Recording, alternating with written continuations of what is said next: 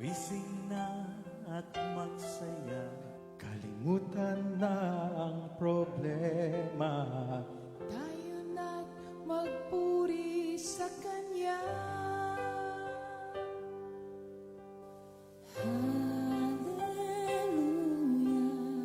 Hallelujah.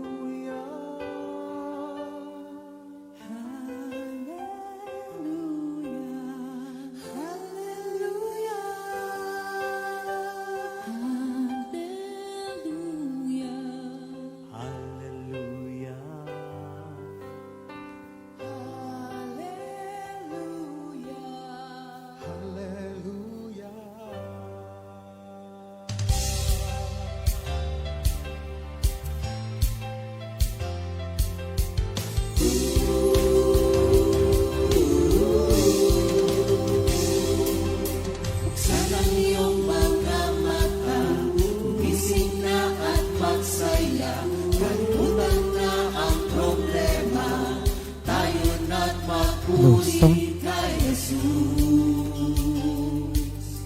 Siya ang iyong mga mata, gising na at magsaya. Kalimutan na ang problema, tayo na't magpuri sa Kanya.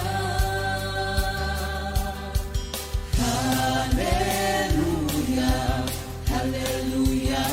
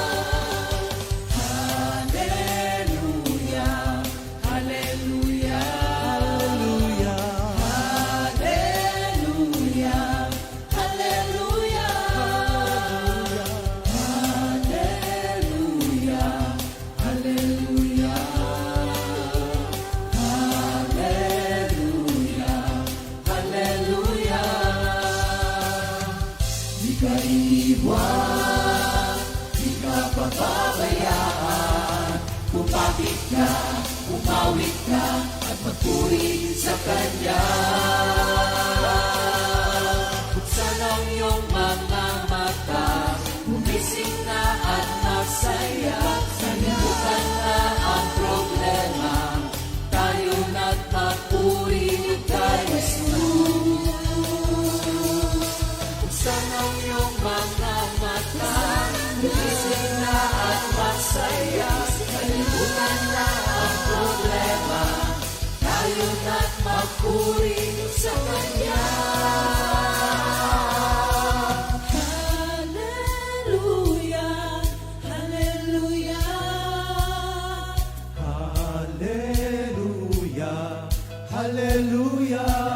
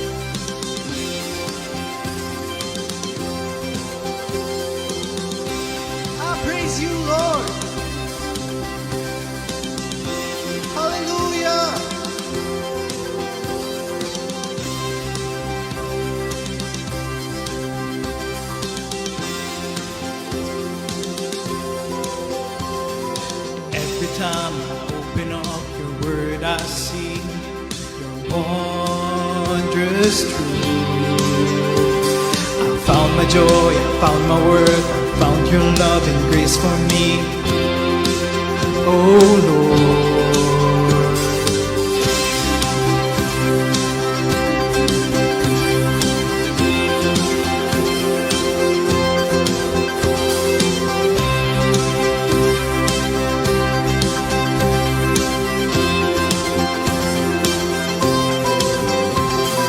Every time I open up the word, I see your wondrous truth. I found my joy, I found my worth, I found your love and grace for me. Oh Lord, your word is you. Your word is my strength. Your word is my hope. Your word is your love. Your word is you.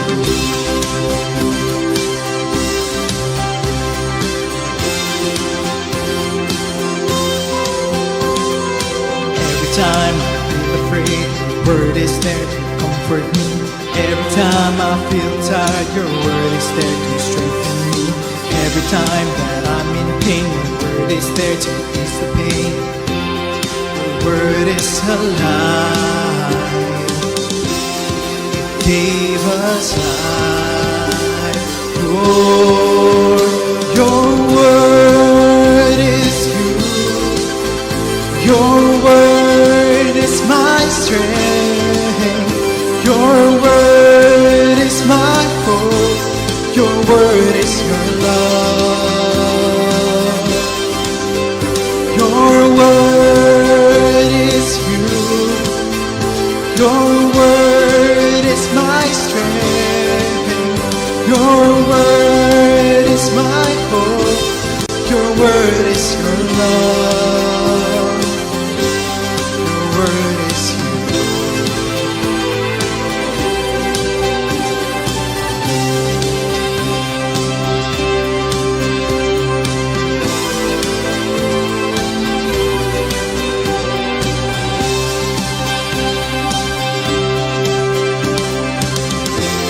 Your word is alive.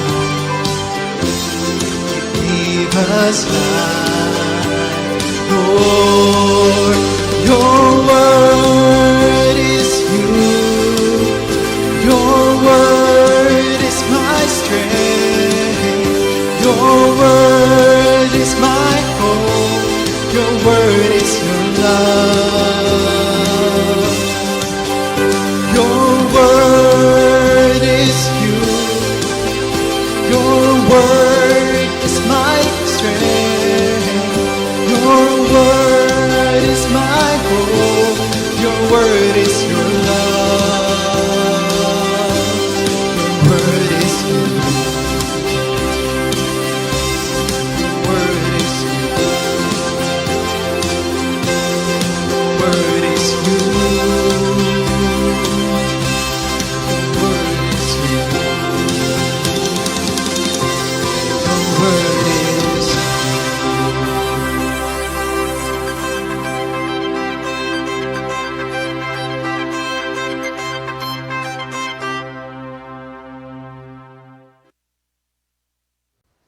Good morning, Jesus!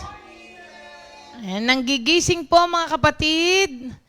Magandang umaga sa lahat ng mga kapatiran po natin na nasa kanilang mga bahay, nasa mga trabaho, at nasa ibang bansa. Magandang umaga, magandang tanghali o gabi man po sa inyo. Magandang lahat. Magandang araw yun. Sa mga kapatiran natin sa ibang bansa. Thank you, Lord. Si Sister Vicky, hindi ko mabati ngayon, buongiorno, dahil siya ay nandito.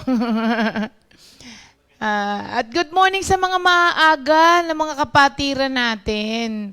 Thank you, Lord, naging bahagi na ng araw natin ng ating GMJ. Na pagdating ng umaga, Nakabukas na kayong lahat po at naghihintay ng mensahe ni Lord sa atin. Oo. Ang dami naman na nila eh. Naalala mo pa yon, no? Oo nga, parang tama. Nung maliit din kasi ko ganyan eh. Pagka nakakain ka na ng tanghali, nung bata ako, hihiga ka na doon sa may banggerahan, sa probinsya. Tapos, kukutuhan ka na ng lola. Oo, ng lola ko kasi ganun yun. Ang sakit-sakit pang maghatak ng buhok. Alam mo yung parang naging na lang niya yun. Minsan kahit nawala ka na. Alam nyo ba na minsan pag wala siya makuha, mangunguha siya ng kuto, ilalagay niya sa ulo mo. Oo. Na-addict yung lola ko sa ganun. Pagdating na, tapos habang nangunguto ka, kinukutuhan ka niya, nakikinig kayo ng si Matar, ang munting prinsipe na nang dahil sa kanyang ganon. Bintana? Ikaw bintana, pasimano. Kami banggera. May banggerahan kasi kami. Itong ilaw, naka-white siya. Ito oh. Ay, oo, ewan. Yan.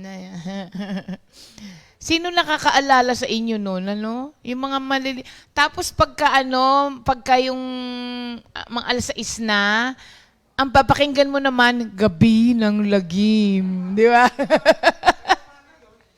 Oo, Gabi ng Lagim. Oo. Tapos ang cellphone ko nung maliit ako, comics. Grade 4 ako, nagsalamin na ako. Grade 4 pa lang ako noon. Nagkaroon ako ng astigmatism kasi, nagbabasa ako ng comics.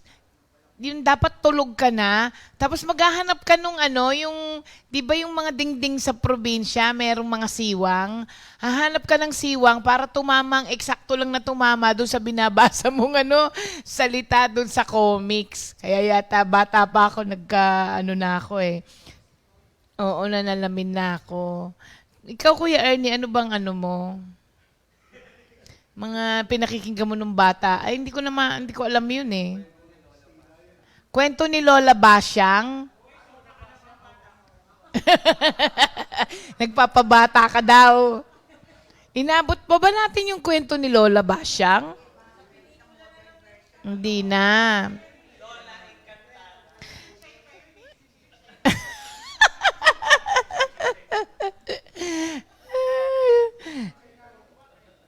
Uy, nakakamiss din yung mga ganon. Kasi yung mga bata ngayon wala na. Tapos yung laro, wala nang ganon ng mga bata ngayon eh. Hindi nga na nila alam. Kawawa nga yung mga bagong generation. Kasi hindi na nila alam yung mga piko. Hindi marunong umakyat ng puno. Ay, magaling ako dyan, ta. Nung maliit ako, gusto ko ba yung nasa tuktok? Na yung nakakapit kapag humangin, sumasama kang ganun dun sa puno. Ako sa bayabas. Mahilig ako sa bayabas. Puno ng bayabas, yan, mangga. Aratilis, hindi binaakyat yun kasi marupok ang nun. Ang kahoy nun. Santol, yan. Kayumito, yan. Naalala ko pa, ang kayumito nung panahon ko, ganito kalalaki. Ganyan, ganyan talaga. Ngayon, wala na. Maski nga yung santol ngayon na ganun kalalaki, wala na. Nung maliit ako, ganun, tas lulunukin mo yung buto. Yung pag nilunok mo yung buto, gaganunin mo yung dibdib mo. Kasi bumara na pala siya, ganun. Hindi na alam ng mga bata yun. At tapos yung naglalaro ka ng text. Holen. Yung goma, na-addict ako dati sa goma. Pahabaan ng ipon nun ng goma, di ba? Tapos lungkot na lungkot ako pag natatalo ko. Gustong-gusto kong laro sa goma. Yung ibabaon mo silang lahat sa lupa, ay sa buhangin. Tapos yung susundutin mo na gano'n ng ting-ting, walis ting-ting. Tapos pag unang sundot mo, lumabas lahat. Naiiyak na ako nun kasi inilabas ko lahat para makuha lahat ng kalaban mo. Oo, masyado ng modern yan. Pero yung mga pamprobinsya kasi, yun yung mga ganon. Pangmayaman na kasi yun eh. Tsaka yung jackstone noon, may jackstone pero bato lang ang ginagamit namin noon. Hindi yung mga ganyan-ganyan. Pang Maynila yun eh. Tapos, nahook din ako dati nung plastic balloon. Yung ano, bubunot ka, tapos nakaganon yung papel na maliit, tapos titignan mo yung number. Pag wala doon sa may plastic balloon, wala ka. 5, oo. Tapos ang ano nun, sa school namin nun, ang binibili ko sa mga tindahan doon, yung pakwan na nakahiwa na, at saka gustong-gusto ko tubo. Yung kulay, hindi green. Yun, yung maroon. Yung maroon, yung mataba. Oh, yun. Yun ang mga pang-merienda sa ano nun eh. Sa school noon, yung mga nagtitinda sa gilid. Basuka. Namimiss ko yung basuka. Tsaka yung Texas. Wala nang Texas ngayon. At tsaka yung basuka. Tapos ang ano nun, ang chichirya na gusto ko nung malita ko, yung crisp pop. Ewan ko kung naano nyo yun. Hindi. Probinsyang, ano lang yung pagkain, probinsya lang yun, crisp pop ang tawag. Para sa cheese curls, na kulang sa cheese. Masabi lang na cheese curls, crisp pop ang tawag doon.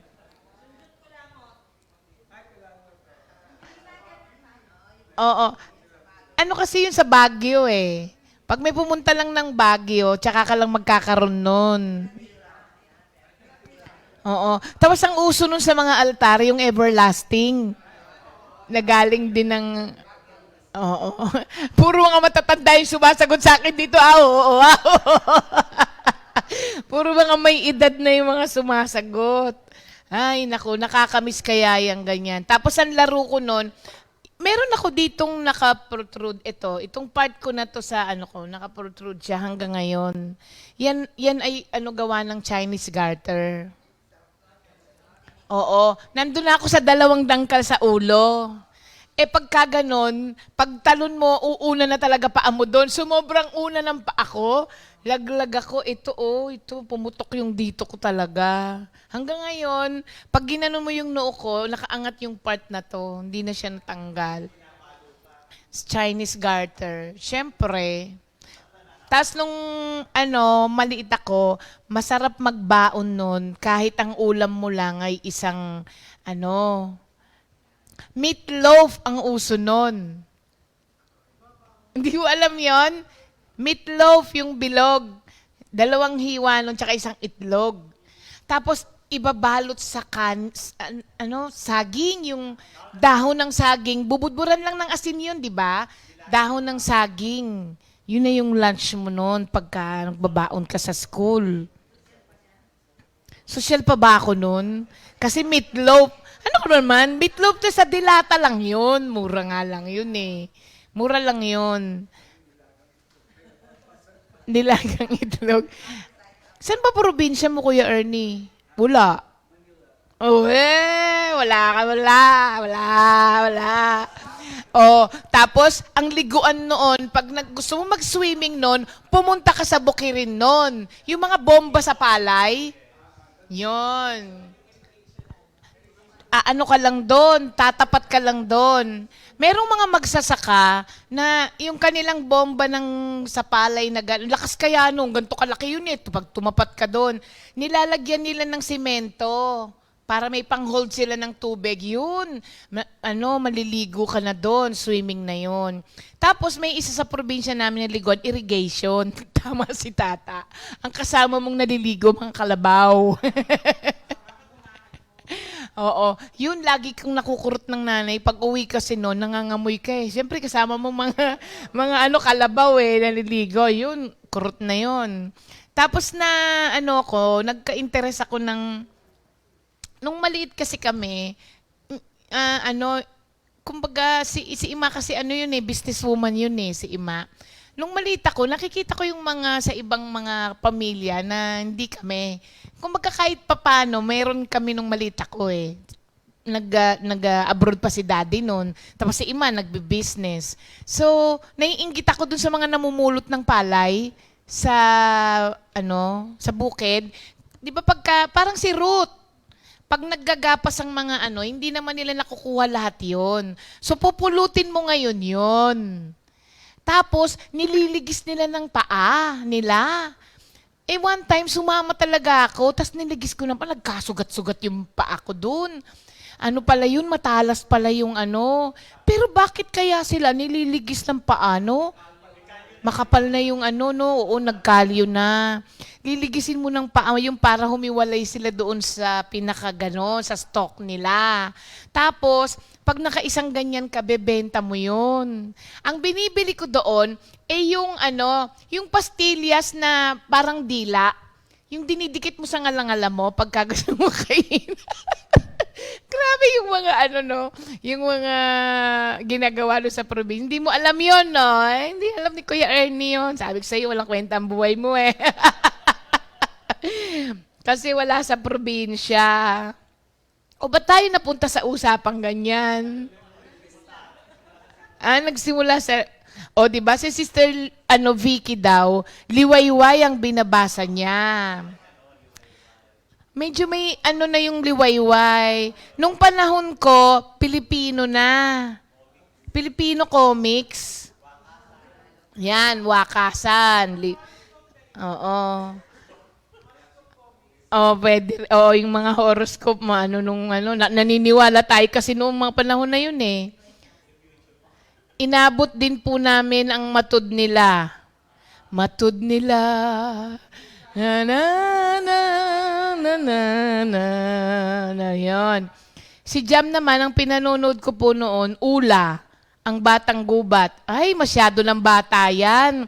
Ang ako noon, Flor de Luna, Annalisa, gulong ng palad ang buhay ay. Yan, gulong ng palad. At saka yung Ate Helen. Yan, sikat na sikat siya noon. Oo. O si Andy, si Matar din daw.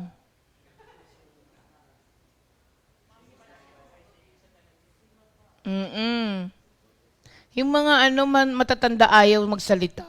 Ayaw magpahalata. Inaakyat po namin dati yung puno ng makopa. Maano din yan, marupok din yan, yung puno ng makopa.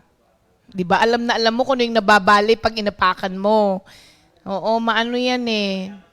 Ang bayabas matibay. Oo, makunat yan. Kaya kahit manipis yan, kasama kang gumaganon nung sanga pero hindi siya nababali. Pamalo.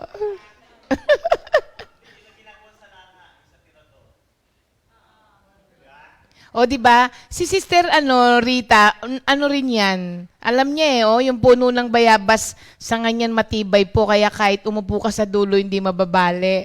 Siguro nag-aakyat ka rin, Sister Rita. Sabi niya na nakakain po ng tubo noon kasi matibay pa yung ngipin, hindi na pustiso.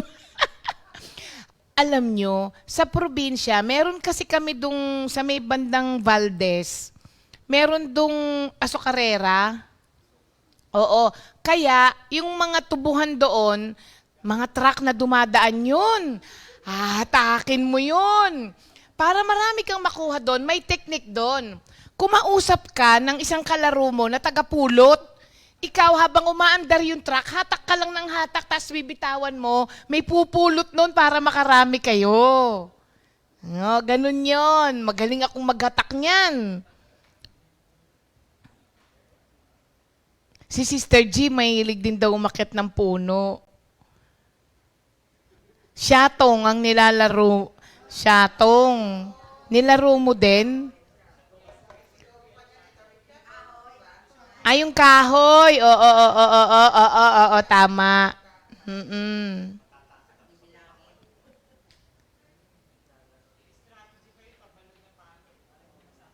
Sabi ni Brother June Mangigad, Katabing bahay namin ang bahay ni Lola Basyang. Oo. Severino Reyes daw ang original. Kasing edad mo si Kuya Ernie? Si Brother June? Lola Basyang eh. Sabi ni Sister Millet, masayang alalahanin, simpleng subalit maligayang buhay. Oo nga. Lahat ng yan, Tita Ri, alam mo, Moses, kasi asin lang ang nakalagay sa aming binalot. Oo, asin nga. Inaasinan talaga po yun.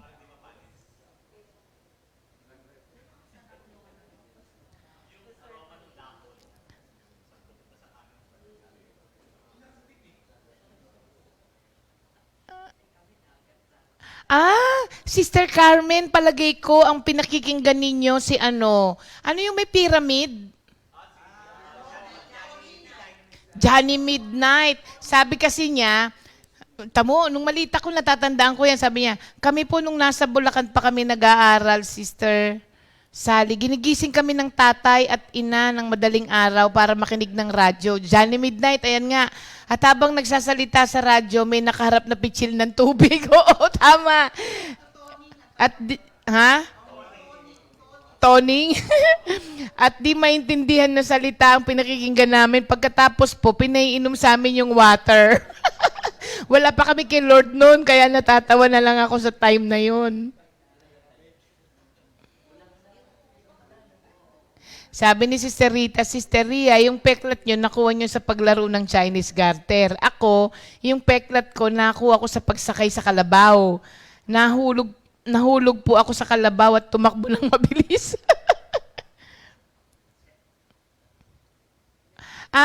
Buti na lang, may nakaalam ng Chris Pop. Si Sister Tere. Chris Pop, palit garapa po. Yung bote. Hindi garapata yon. Garapa. Oo. Tapos, na-experience nyo bang mamulot ng bakal? Kasi may naglalakad doon, bumibili ng bakal.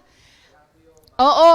Para meron ako nung pambili ng nung goma. Binibili kasi yung goma bago ka makapaglaro. At saka mga text. Para may ganun ako, minsan, ko ng bakal sa mga bakod ng mga kapitbahay. Babaklasin mo yung bakal para meron kang maibenta. Uy, sa probinsya namin, ganun yun, bakal. May mahal kaya yun. Malaking kita doon.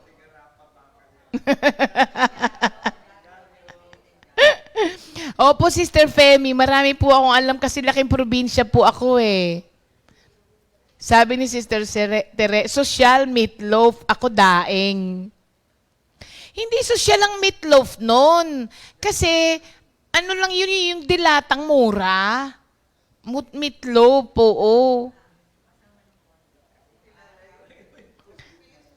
Lahat ng inabot mong laro, yun din kami. Sister Vicky, magkaedad ba tayo? Sabi ni Ate Fritz, Batang Sesame Street po ako, Sister Ree.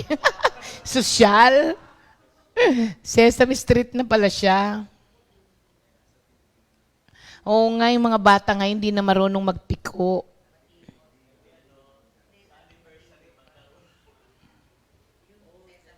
Sister Babe, so ako din po mahilig sa Aratilis. Sa kanya pantawid gutom daw niya yung Aratilis. Ay, oo nga, Minister Jerry. Ang pinanunood ko rin noon, Voltes 5. Alam niyo ba yung Mazinger Z? Oh, di ba? Tapos, ang aking cartoons noon ay Mytor. Nung bata ako, Mytor. At saka Papay. Oo. Magkasabay yan si Mytor. Tapos, meron akong pinanonood noon, American yung Combat. Yun, si Vic Moro. Ang galing naman. Rat Patrol! Yun ang pinanonood ko, Rat Patrol. Rat Patrol.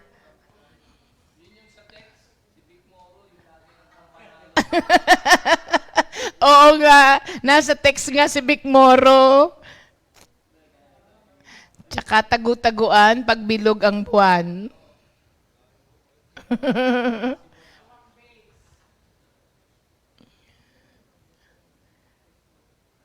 Umakyat po ako ng puno.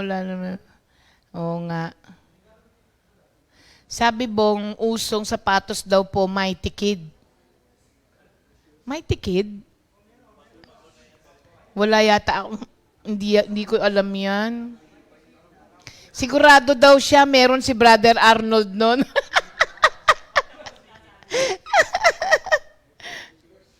Luksong lubed, oo. Magaling ka ba nun, yung luksong lubed? Oh, luksong lubid, yung hindi. Jump, yun nga yung jump rope, di ba? Ako naman po, ang laro ko ay Holden at Tex po. Holden nakalagay eh. Oo. Tapos yung yung gagamba. Labanan ng gagamba. Daimos, oo, Daimos. Tama. Voltes 5 at Daimos.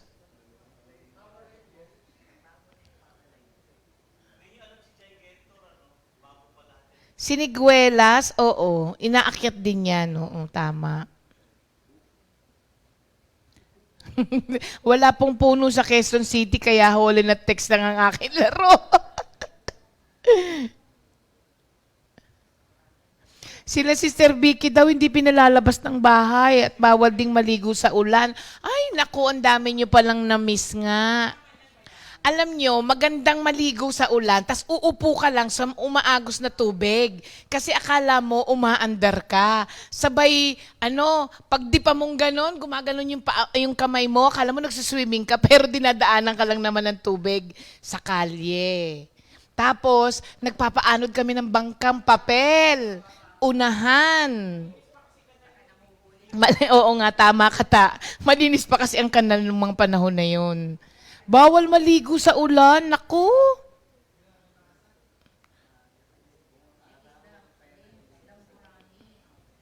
Sabi ni Sister, pinanonood ko lagi sis yung Power Ranger at Wonder Woman. Dahil sa Flor de Luna, napalo ako kasi nasunog ang sinaing na pinagbabantayan sa akin.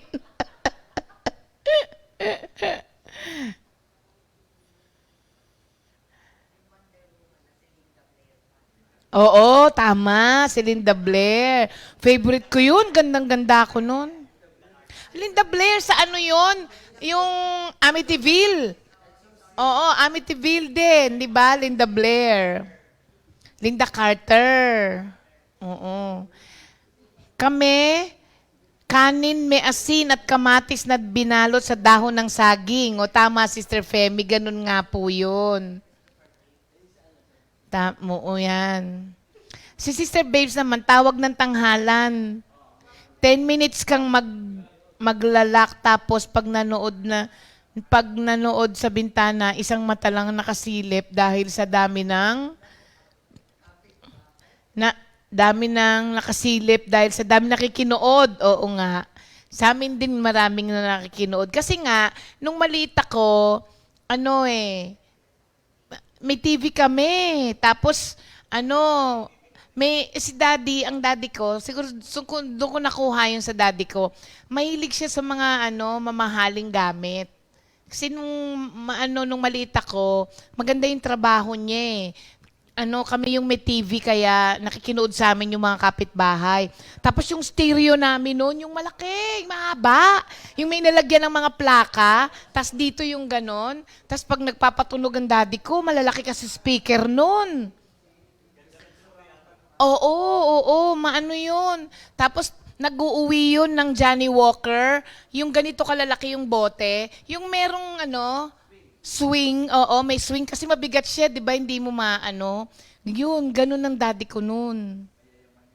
Yayamanin nung maliit nga, oo, yayamanin kasi nga maganda trabaho niya. Tapos pag nagpapainom 'yon, parang buong baryo. buong baryo. Palit popcorn, yung mga bakal at bote, oh, 'di ba? Alam ni Sister Tere? Sabi ni, ako nakikinood sa TV ng kapitbahay, sabi ni Sister Edith, tinutungtungan ko lata ng pintura para makaabot sa bintana. Sabi ni Sister Vicky, sis, bakit puro panlalaki ang laro mo? Oo nga po.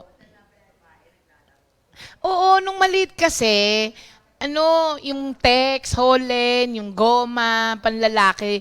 Pambabae din po sa probinsya kasi halo-halo yan eh. Yan, tama ka Sister Judith. Yung hilahan ng lubid. Yung Tagawar, di ba? Oo. Ang dami nilang comment. Wala pa tayong lesson.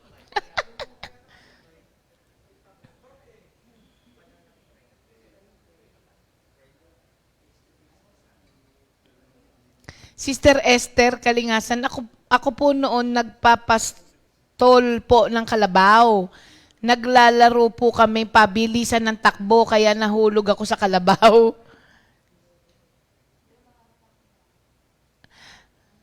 Yung mga pagkain daw noon, kahit simple lang, safe naman sa ating kalusugan. Di tulad ngayon, masasarap po ang magpagkain. Meron masama naman na idudulot sa ating kalusugan. O kasi, natatandaan ko bihira ang chichirya nun sa, sa mga nagtitinda sa school. Pinagbabawal noon.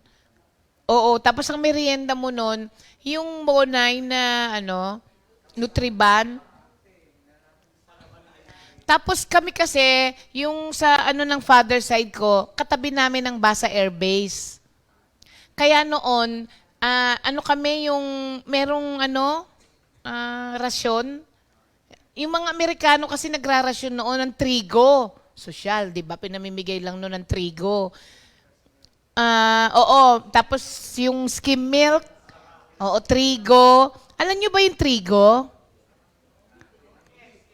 Kulay brown yun. Tapos pagka parang sinaing mo siya, para siyang oatmeal.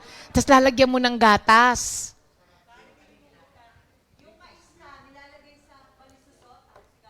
Oo, tapos mani. Yung nakikiano ako nun sa kapitbahay namin yung, sasali ka doon sa pagtanggal ng mga mani sa sa kanyang hindi. Sa roots, 'di ba kasi pag yan hinahatak lang nila yan eh. So makikiano ka doon, kumbaga makikitrabaho ka. Hindi naman trabaho ang tawag nila doon, pero pag kapitbahay, para may uuwi ka. So patutulong ka tapos bibigyan ka nila pag uwi mo. Sister Bebot, ako pinanonood ko Trio Los Bobos. Sila Aping Daldal at Bert Tawa. Inabot ko din yan, si Aping Daldal at saka si Bert Tawa.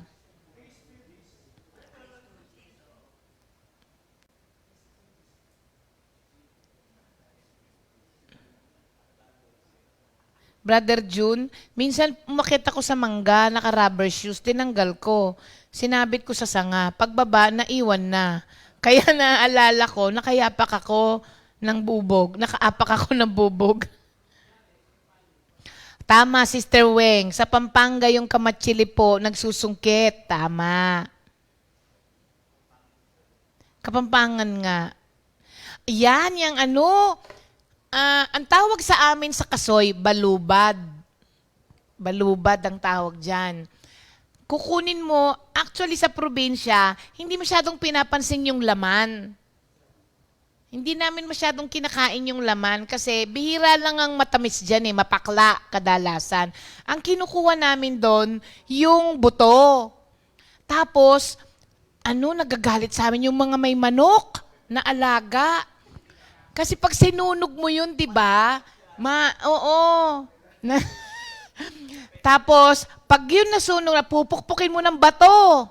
Tapos makukuha mo na ngayon yung laman nun. Ganun ka para makakain ng kasoy nung maliit ako. Paper doll din po pag nilalaro namin. Paper doll? Walang kwenta yung paper doll. Si Jam na yan, mga bata na kasi yan Syato, piko, tagu-taguan, tapos ang manika ay gawa sa papel. Tapos kulot-kulutan gamit ang stem ng dahon ng kamuting kahoy. Ay, Sister Josie, mas matibay po ang madre cacao. Oo, sa pangkulot. Tapos, ang bubbles noon, yung ganon, hindi sabon, kuya, sosyal ka talaga. Dahon ng gumamela. Didikdikin mong ganon yun, lalagyan mo ng tubig. Tapos pag ginano mo yun ang gagawin mong bubble, sosyal ka talaga, oo. Sabon ka eh. Kami Oo. Si Jamo, pasalubong ng daddy ko, popcorn Goldilocks. Sosyal na nga. Oo nga. Pag full moon nga, sabi ni Sir Virgie, sa probinsya, pag full moon, nagtatago-taguan. Oo. Maliwanag na sa atin yun, pero nung pag ngayon yun, matatakot ka na.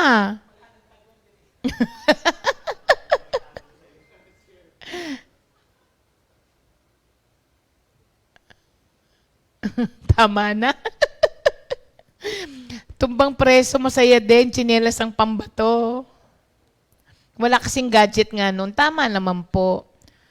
Ay, si Sister Sally, medyo na yon yung Home Along the Riles. John and Marcia, ang gusto noon, nung maliit ako. Gusto ko nga si Kaya ngayon, pagka may humihingi sa akin na kami magkakapatid, pengi naman ako ng ganon. Sasabihin ko, Matutina, magwalis ka sa ilalim ng sa ilalim ng sopa. Andun lahat yung pera niya. Sabi, Lola, kailangan ko ng pantuition. Matutina, walisin mo yung ilalim ng sopa. Makakakuha ka na ng pantuition.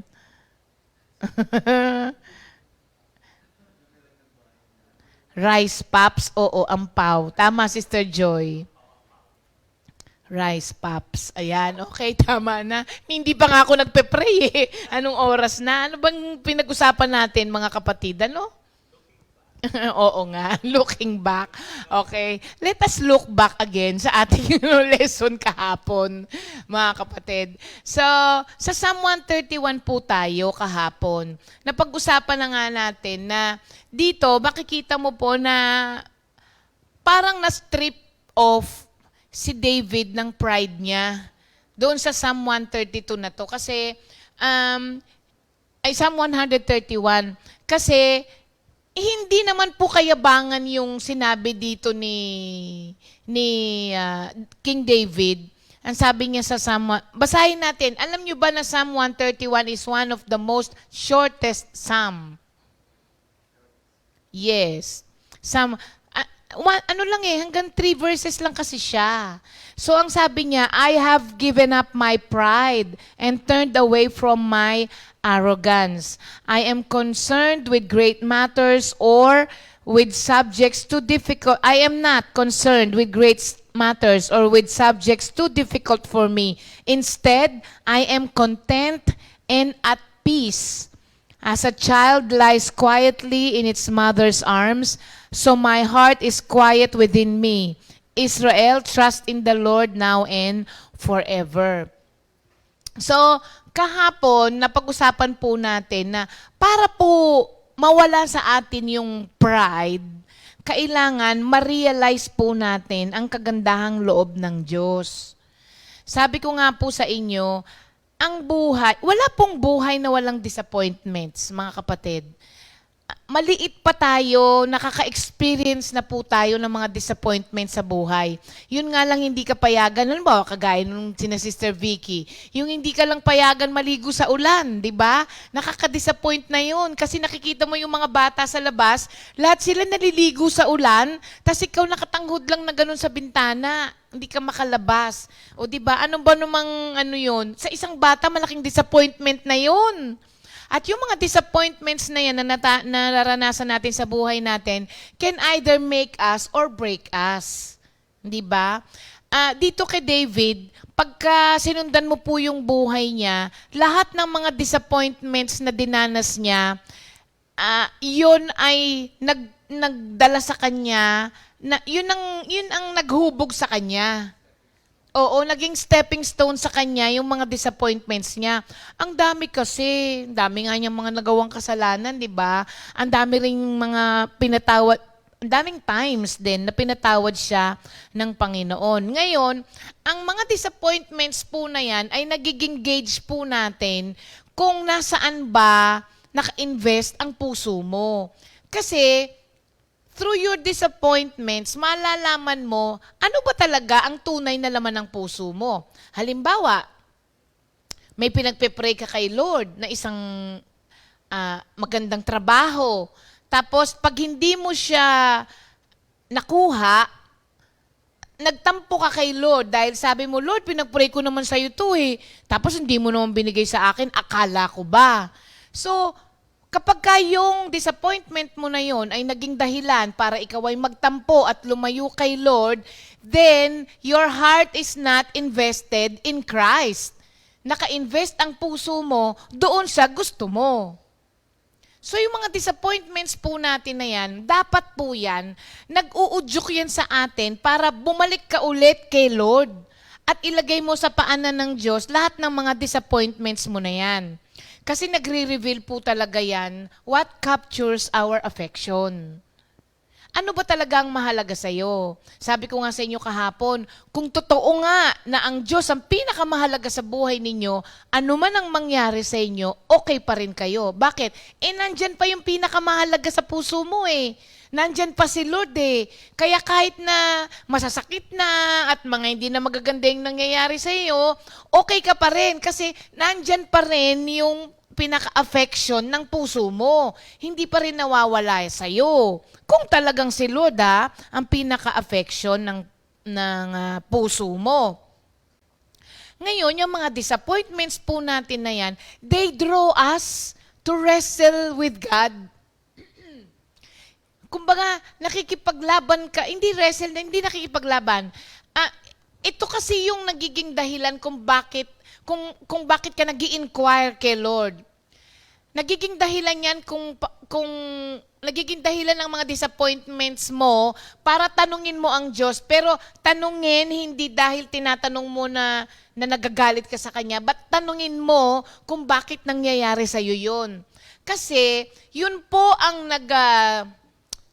nagiging sanhi ng ating learning when you ask the Lord.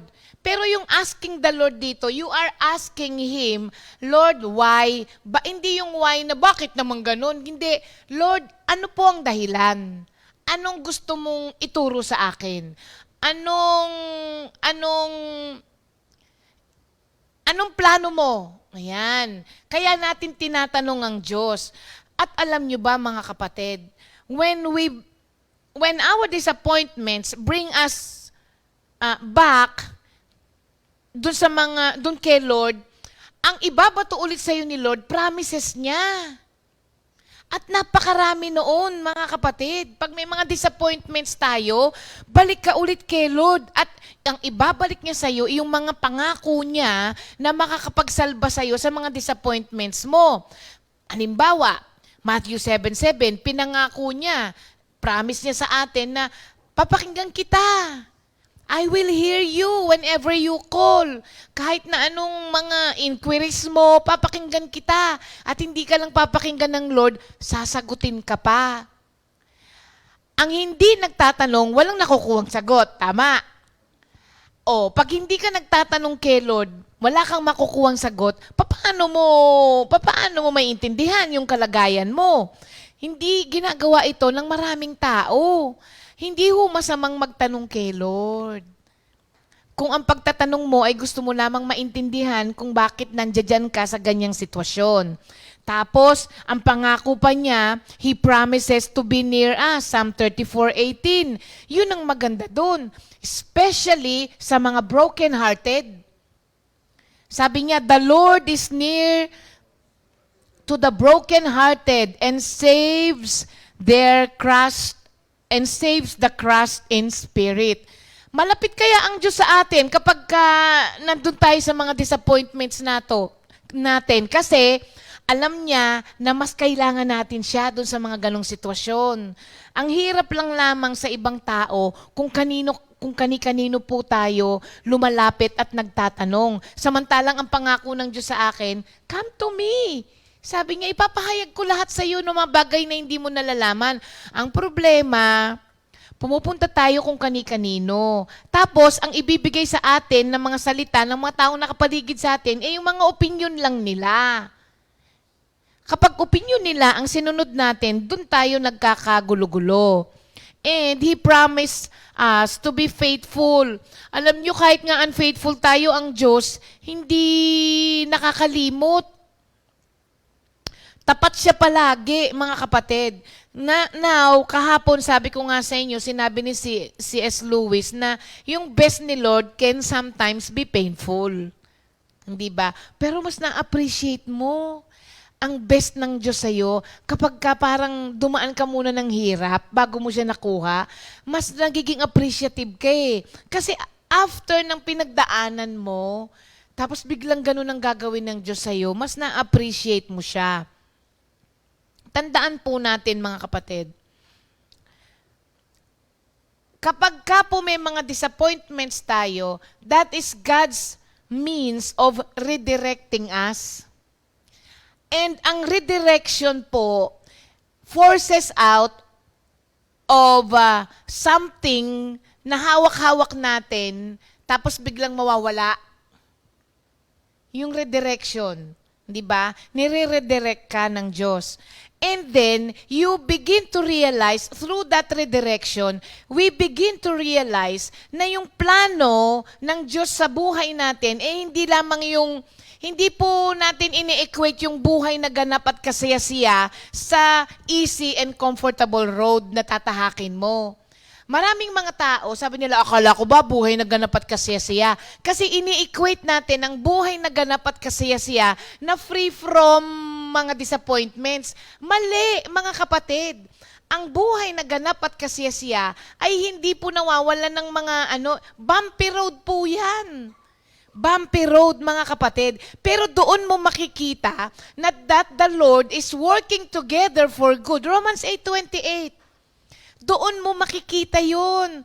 Through all these disappointments, doon mo mapapatunayan na maski pala disappointing na ang nangyari sa akin, God can work on that situation still for my own good.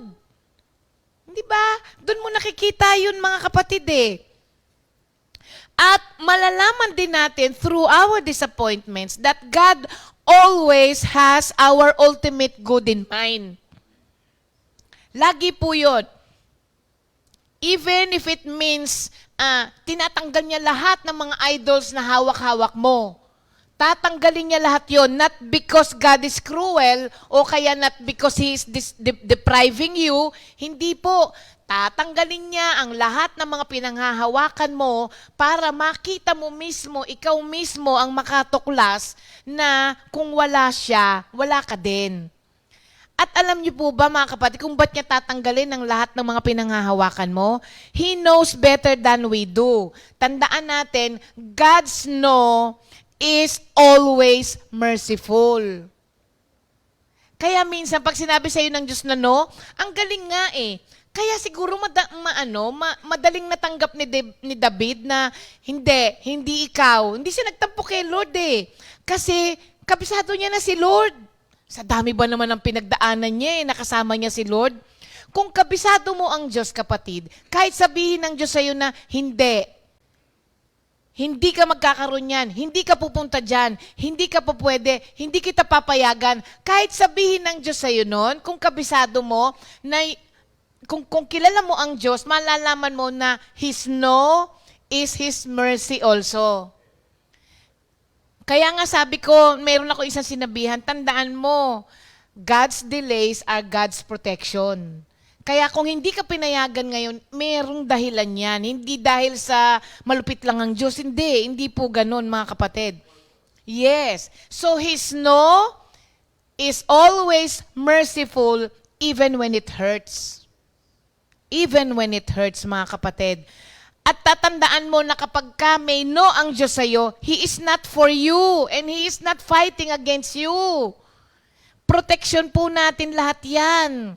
Kaya ginaganyan tayo ni Lord. Ngayon, tatanggalin niya ang lahat ng mga pinanghahawakan mo sa buhay mo kasi He will not tolerate being second in your life.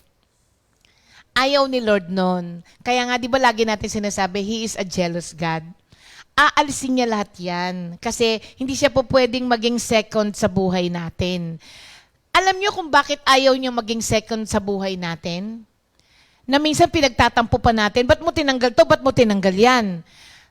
Ang totoo nun, may mga bagay at may mga tao na tinatanggal ng Diyos sa buhay po natin because He wants us to have something so much better than doon sa mga pinangahawakan natin. Akala kasi natin minsan, okay na ako dito, Lord, huwag mo nang tanggalin to, komportable na ako dito. Ngayon, pag inalis niya, huwag kang magtampo. Ibig sabihin lang nun, merong mas better ang Diyos. Kaya para bang sinasabing, Nak, ano lang yan? Hindi pa masarap yan. Akala mo lang masarap na yan. Pero meron akong gustong ibigay sa'yo na the best. Kaya lang nagtatampo agad tayo pag inalis ng Diyos. Hindi pa natin nakikita ang dahilan kung bakit. So when God takes something away from us, ito ang maganda. He creates space in our lives to fill us with more of Him and His blessings. Ulitin ko ha, when God takes something away, He creates space in our lives to fill us, punuin tayo with more of Him and His blessings. Mga kapatid, naku, yun ang greatest gift of all kapag ka pinuno ka na ng Diyos ng mga bagay na galing mismo sa Kanya. Hindi lang yung galing kay ganito, galing kay ganito. Pag galing na lahat kay Lord, naku, mga kapatid, kailangan ma-reconcile tayo doon sa katotohanan na yun. Kailangan i-reconcile natin yun sa buhay natin na when God takes something away from you, gusto niyang punuin ka lamang ng sarili niya at lahat ng mga pagpapala na inilaan niya para sa'yo. Tapos, wag nating kalilimutan na ang mga disappointments natin are temporary.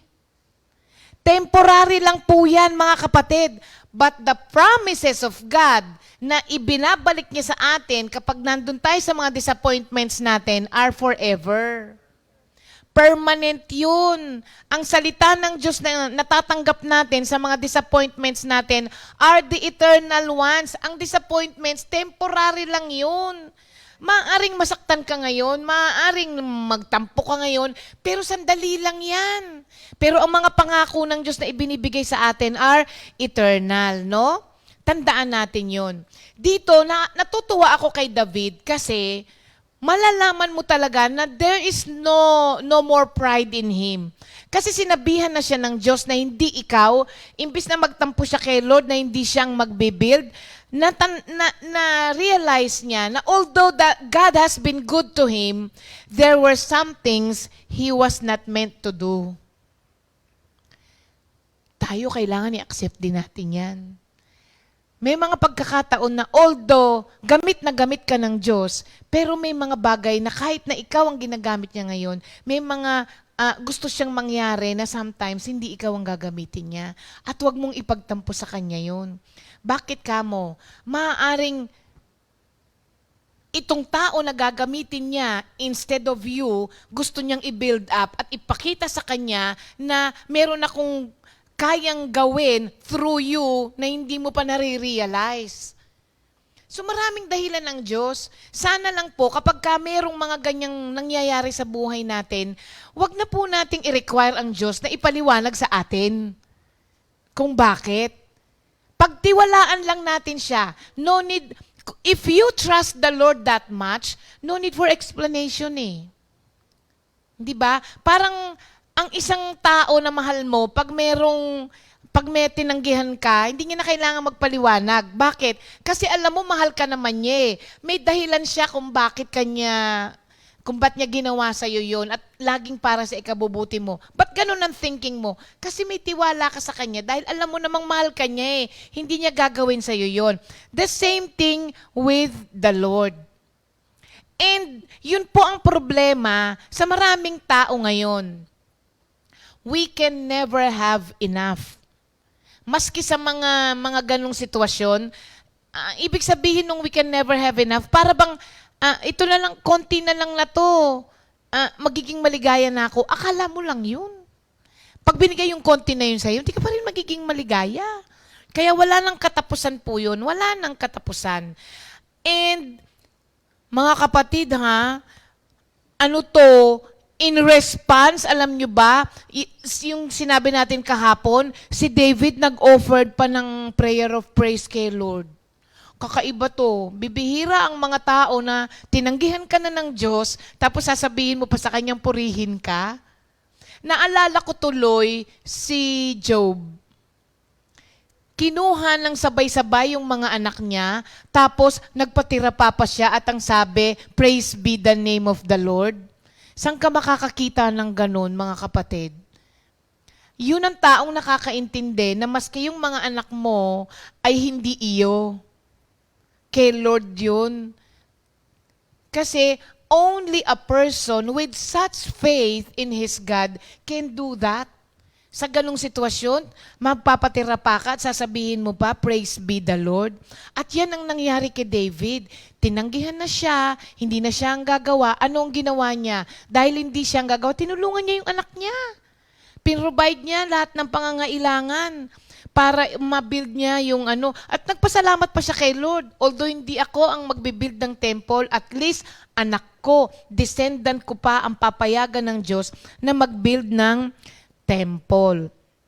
So makikita natin dito na yung desire ni David to build the house for the Lord was a noble thing. Kasi nakita niya na ang ganda nung tinitirhan niya, pero ang covenant box nasa tent pa eh. Noble ang ano niya, kapuri-puri yung kanyang intention. But God has other plans. At yun ang dapat maintindihan nating mga tao. Na kahit gaano man ka-pure yung intention natin, kahit gaano pa kaganda ang mga intention natin, there will come a time na sasabihin ng Diyos, hindi. At hahadlangan ka ng Diyos. Bakit? Kasi may ibang plano siya. So, yung David's reaction doon sa refusal sa kanya ng Diyos should be a model for us. A model for us na when things do not go as we planned and when God closes a door, we should continue to praise the Lord and then move on in a new direction na itinuturo niya sa iyo rather than complain about what you cannot do. Ang gawin mo na lang, you should do what you can, giving glory to God. And finally, mga kapatid, ang isa sa nakapagpatanggal ng pride niya, una, na-realize niya ang God's goodness. And second, na-realize niya yung God's forgiveness. Kapag ka po na-realize nating mga tao that we are only forgiven, mawawala yung kayabangan natin. Ang mga taong pinatawad ay yung mga taong nagkasala. Tama ba ako? Ang nagpapatawad, yung taong pinagkasalahan. So, ang pinatawad, yung nagkasala. So, when you realize that you are only forgiven by God, hindi ka na magmamaang-maangan na wala akong ginagawang masama. Kapag na-realize mo yung God's forgiveness, may ginawa ka. Kaya ka pinatawad kasi may ginawa kang kasalanan. So, doon natin na-accept na I am a sinner only forgiven by God. Mawawala kayabangan natin lahat nun. Bakit? Pinatawad ka lang. Kung hindi ka pinatawad ng Diyos, saan ka ngayon pupulutin? Kaya, kapag ka na-realize mo yon, mawawala lahat ang yabang sa katawan natin, mga kapatid. Dahil inaamin natin na tayo ay pinatawad lamang. And moving toward forgiveness means getting over our pride. Moving toward forgiveness means getting over our pride. Kaya nga ang nangyari dito, pag binasa ninyo, sabi niya, instead, sa verse 2, I am content and at peace. ang isang taong talagang nakatanggap ng kapatawaran ng Diyos ay aabot sa ganitong stage. Content and peaceful, as a child lies quietly in his mother's arms. Alam niyo, ang ganda nito. Sa ibang version, wind ang tawag. W-E-A-N, di ba? Like a wind child. Ang isang child na wini-win ng magulang, ano ba sa Tagalog yung wind?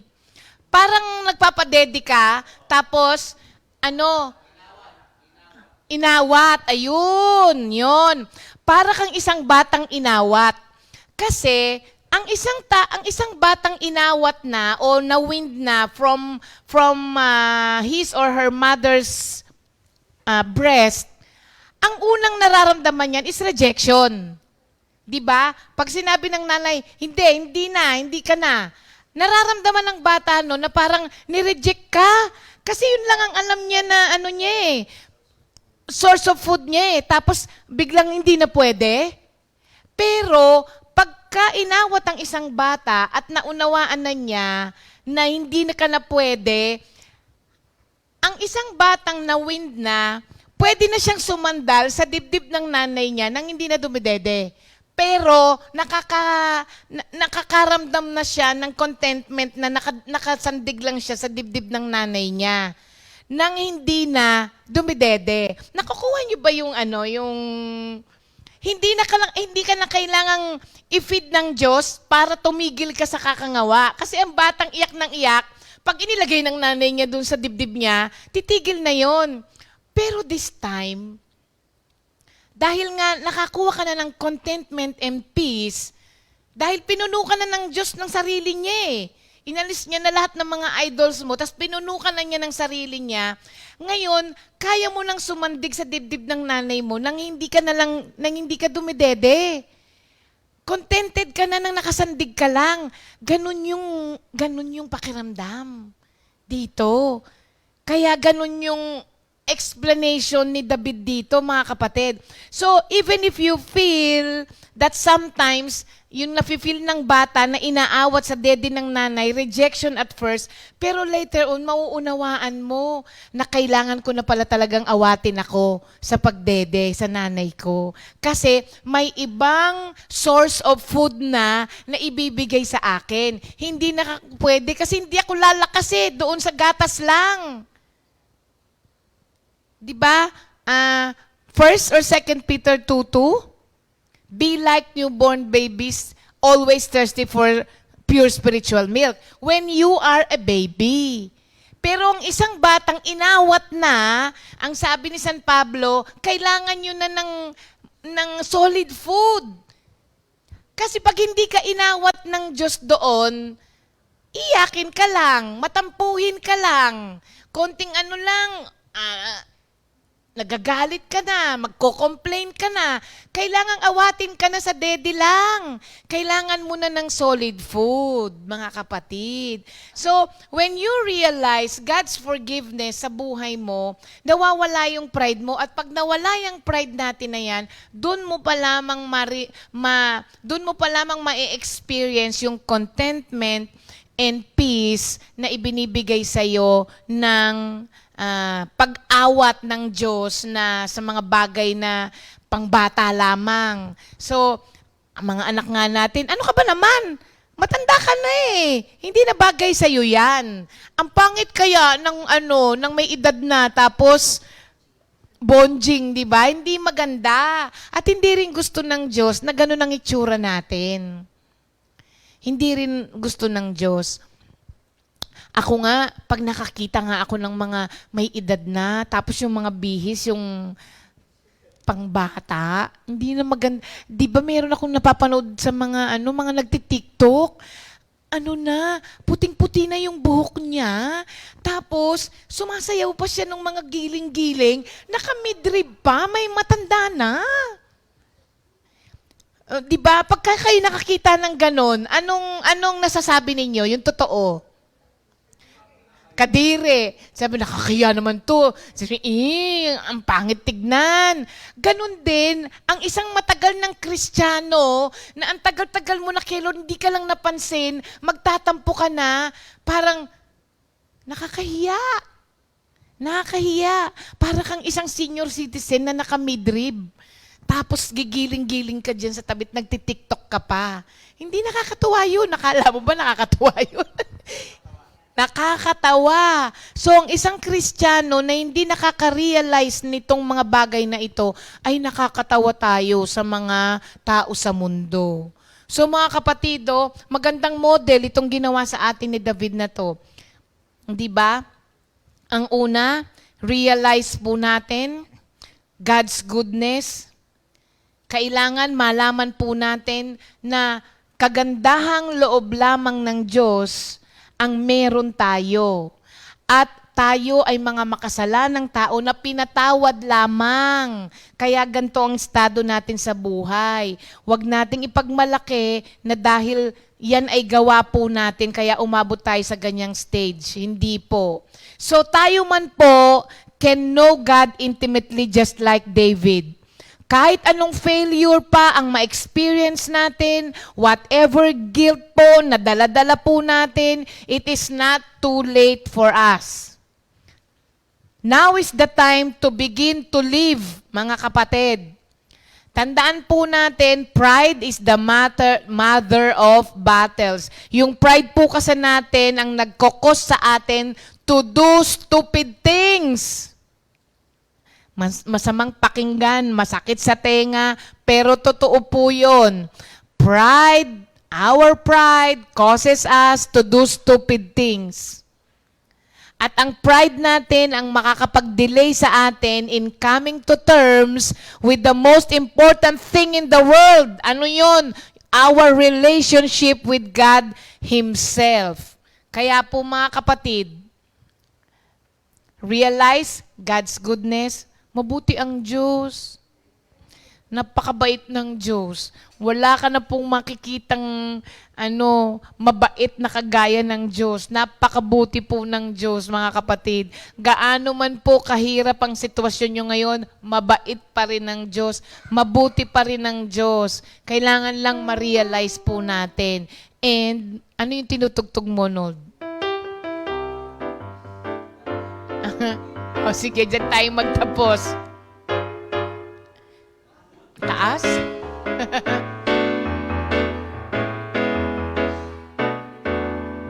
Mabuti ang Diyos sa lahat ng nagtitiwala sa Kanya. Mabuti ang Diyos sa lahat ng sumusunod sa Kanya.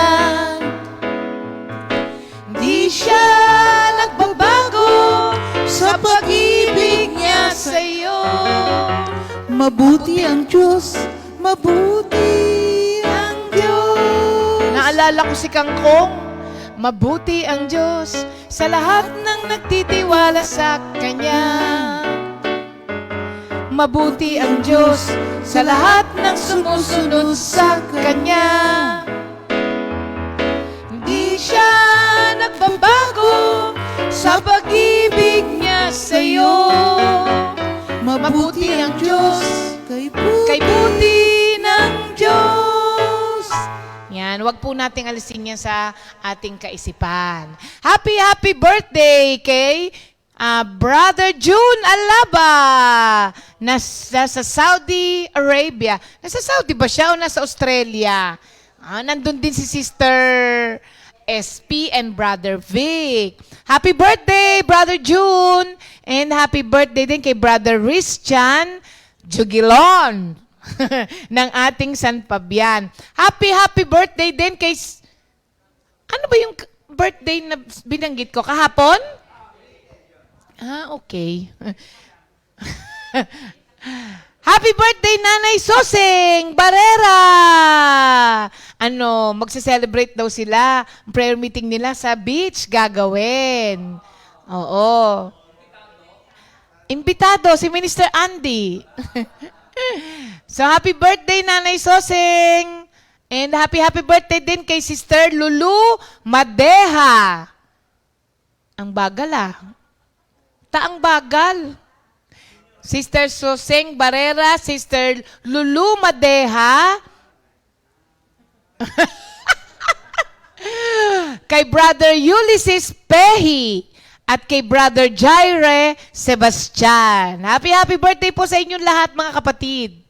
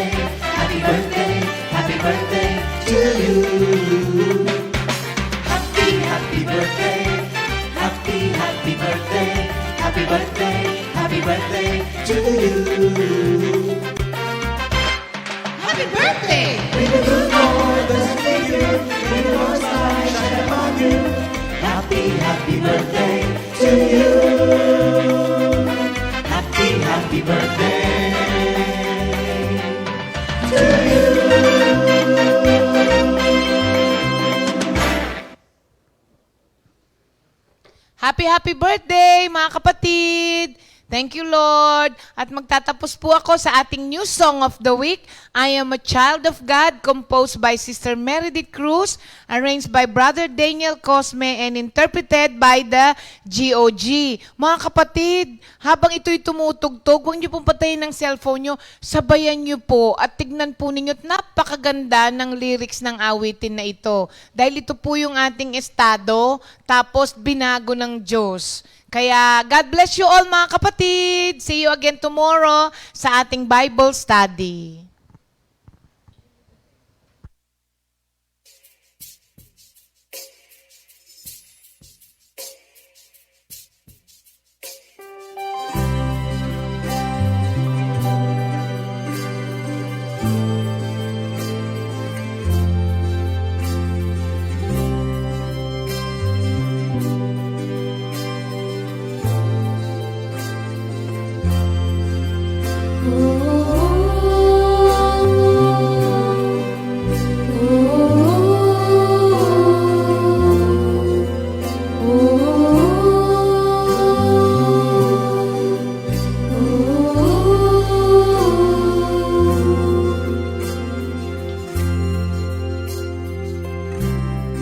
I say I'm unlovable, but God says I am forever loved.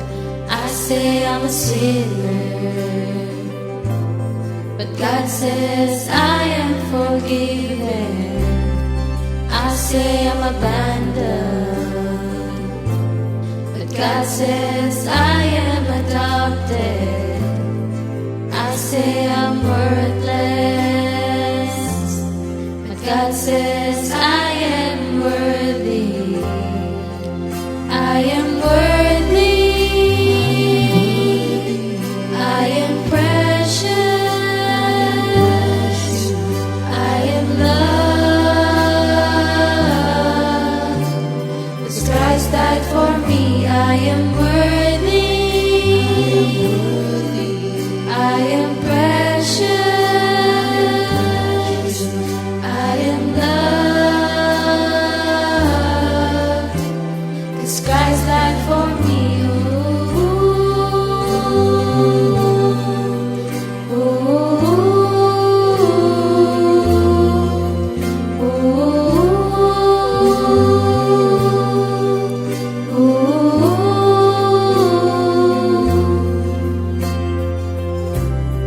I say I'm unlovable,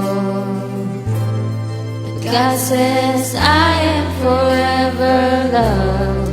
I say I'm a sinner, but God says I am forgiven. I say I'm abandoned, but God says I am adopted. I say I'm worthless, but God says I am worthy. I am worthy. I am precious.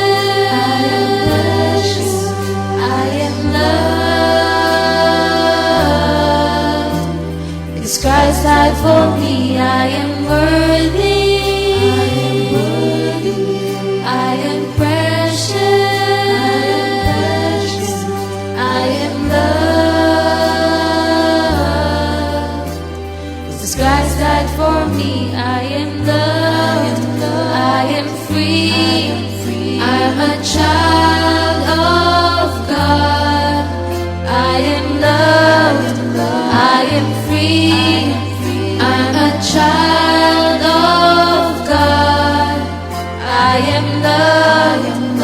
I am free. I'm a child of God. I am loved. I am free. I'm a child of God.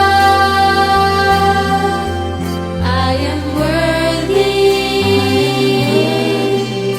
I am precious. I am loved.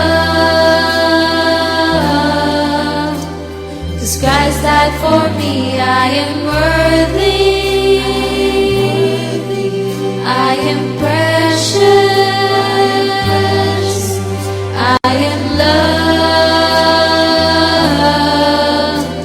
'Cause Christ died for me, I am worthy. I am